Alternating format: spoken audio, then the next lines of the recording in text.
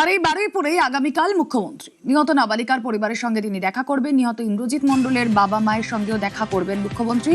সূর্যপুর আউটপোস্টের উদ্বোধন করবেন মুখ্যমন্ত্রী। গত মঙ্গলবারই বারুইপুরে যান তিনি। আজ সূর্যপুর আউটপোস্ট পরিদর্শনে যান IG Presidency range.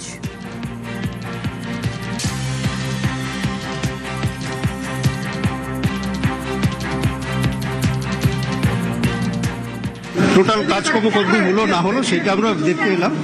Total first ফ্লোরে আমার পুরো সেট আপটা থাকবে, official set up, OC chamber থেকে শুরু করে আইওএস রুম সব নিচে থাকবে, এবং উপরে যে সেকেন্ড ফ্লোর আছে ওটাতে আমরা ব্যারাক করছি। যদি কেউ অভিযোগ জানাতে পারে, এখানে কি অভিযোগ? একদম শিওর, অফিসার থাকবে, আইওএস রুম থাকবে, সবই থাকবে। এখানে শিফট হচ্ছে, নতুন নতুন করে এখানে ফাঁড়ি হচ্ছে, ভালো স্ট্যান্ড দিয়ে এখানে ফাঁড়ি করা হচ্ছে। সাফিসিয়েন্ট ফোর্স অফিসার, মহিলা ফোর্স সবই থাকবে। মহিলাদের জন্য আমরা অবশ্যই। চরম ব্যস্ততার মধ্যে শুরু হয়েছে সূর্যপুর ক্যাম্পের যে কাজ, সেই কাজ শুরু হয়েছে ইতিমধ্যেই। বারুইপুর থানার উচ্চপদস্থ আধিকারিকরা তারা এই ক্যাম্প পরিদর্শন করছেন। কিছুক্ষণের মধ্যে বারুইপুর থানার এসপি তিনি নিজে আসবেন এবং আগামীকাল মুখ্যমন্ত্রী শুভেন্দু অধিকারীর হাত ধরে এই পুলিশ ফাঁড়ির উদ্বোধন হতে চলেছে।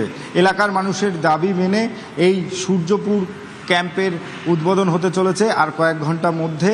যা আমরা জানতে পাচ্ছি আগামীকাল দুপুর 12টা নাগাদ এই সূর্যপুর ক্যাম্পের উদ্বোধন করবেন স্বয়ং মুখ্যমন্ত্রী শুভেন্দু অধিকারী। অপরাধ রুখতে জিরো টলারেন্স, পুলিশে 1% শিথিলতা থাকলেও কড়া পদক্ষেপ। গত মঙ্গলবারই কড়া বার্তা দিয়েছিলেন মুখ্যমন্ত্রী। রিগার্ডিং কম্পেনসেশন, রিগার্ডিং অ্যাসিস্ট্যান্স আমরা দুটো পরিবারের উপরে ছেড়ে দিয়েছিলাম। ওরা কিছু কথা আমাকে বলেছে, আমি উইদিন এ উইক আসবো এবং দুটো ফ্যামিলিতে যাব। তখন সরকার ওরা যা চেয়েছে, সরকার যা করলো দেখতে পাবেন। আমরা পুরো বিষয়টা দেখেছি। মিসিং ডায়েরি হয়েছে আগের দিন রাত্রিবেলা 11:50 PM এ। তারপরে ক্রমান্বয়ে যে ঘটনাগুলো হয়েছে মিনিট টু মিনিট আমি প্রাইমারি অ্যানালাইসিস করেছি। সূর্যপুর থানার ক্যাম্প ইনচার্জ দিদেন IC Baruipur, SDPO Baruipur, additional SP Baruipur in presence of the DGP and SP ADG IG আমরা আমাদের পার্টও পুরো অ্যানালাইসিস করেছি। আমি ডিজিপি কে 72 ঘন্টা টাইম দিয়েছি।